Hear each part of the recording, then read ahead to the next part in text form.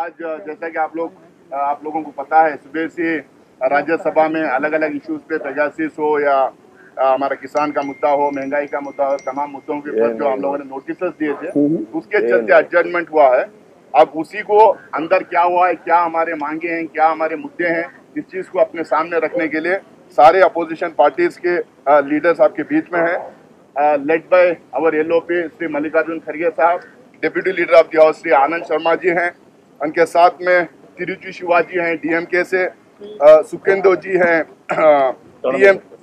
तृणमूल कांग्रेस से, विनय विश्वम जी हैं सीपीआई से, येलामारा करीम जी हैं सीपीएम से, मनोज झा जी हैं आरजेडी से, संजय सिंह जी हैं आम आदमी पार्टी से, राम गोपाल यादव जी हैं समाजवादी पार्टी से, और कांग्रेस पार्टी के बहुत सारे और दूसरे पार्टियों के बहुत सारे एमपीज भी यहाँ पे आपके बीच में हैं।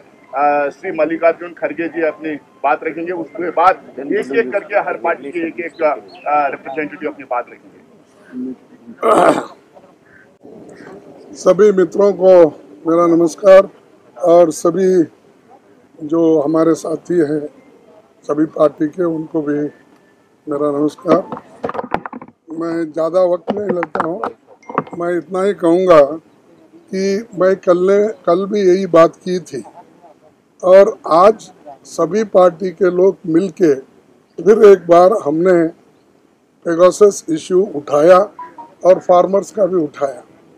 तो चर्चा के लिए गवर्नमेंट तैयार नहीं है और हम ये चाहते हैं कि चर्चा हो और सुप्रीम कोर्ट के निगरानी में वहाँ पर उसको इंक्वायरी हो जाए और जो कुछ भी है वो बाहर निकलेगा।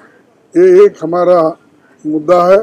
और दूसरा, जब अभी सभी विदेश में, जब फ्रांस में इसकी इंक्वायरी चल रही, खुद इजराइल में चल रही है, हाँ, हंगेरी में, जर्मनी में, सब जगह इसकी इंक्वायरी, मुझे समझ में नहीं आता कि यहाँ पर जो हमारी गवर्नमेंट है वो क्यों इस चीज को छिपाना चाहती है। आप ट्रांसपेरेंट बोलते हैं, आप ये कहते हैं इसमें कुछ भी नहीं, अगर कुछ भी नहीं है तो छुपा रहे क्यों? जैसा दूसरे देशों में इंक्वायरी हो रही, आप उसी ढंग से करना चाहिए।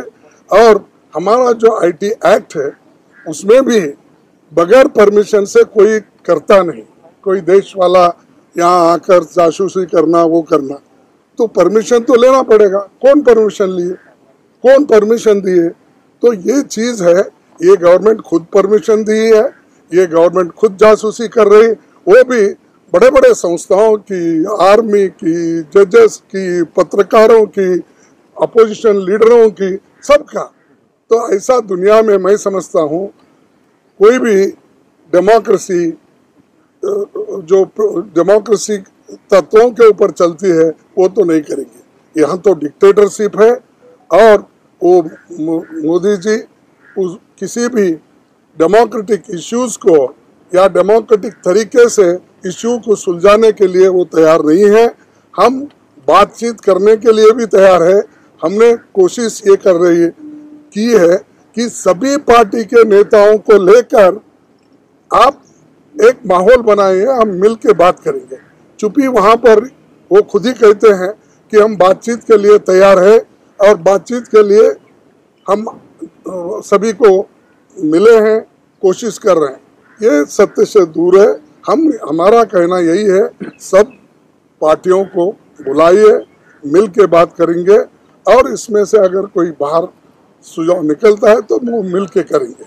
तो मैं इतना ही कहना चाहता हूँ और कल भी यही कहा था, आज तो मैं यही कह रहा हूँ कि हम मिल के सभी लोग लड़ने वाले हैं।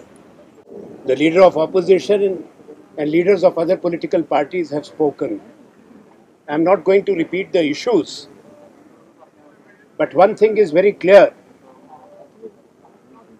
The blame of the deadlock in Parliament lies squarely at the door of the government.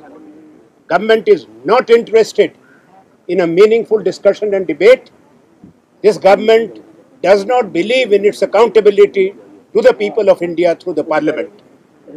This government has functioned in a manner which has lowered the prestige of Indian Parliament and Indian democracy. What the opposition has demanded is fair, correct, within the ambit of rules and established parliament practice and conventions. When collectively the opposition gives a notice, that matter has to be discussed.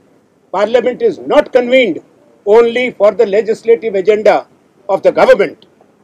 Parliament is meant to raise issues of national importance, issues of public importance, issues which concern the citizens of India. That's what we are doing. Government is wrong. They are misleading the country by saying that they are willing to talk to the opposition. Talk in what manner? They have to accept our demand for a discussion and a Supreme Court monitored probe. We are doing our duty to prevent this government to convert our Ganatantra, our democracy, into a surveillance state, into a police state. There are other issues which opposition has a duty and a right to raise, be it the farmers' issues, price rise, the state of the economy, and the rising unemployment. Government does not want to give any answers. We have no option but to continue to agitate, and we have come here, all of us together, because what we say inside the house does not reach the people. It is never telecast. Opposition is being backed out inside the house. So, through the media, we want to tell our people, we shall continue this fight. The government, obdurate at it as it is, we will force them, as in a democratic setup it is done, to come and debate. If government has nothing to hide, let them start the debate today itself. Opposition is ready. Thank you. Thank you. Thank you.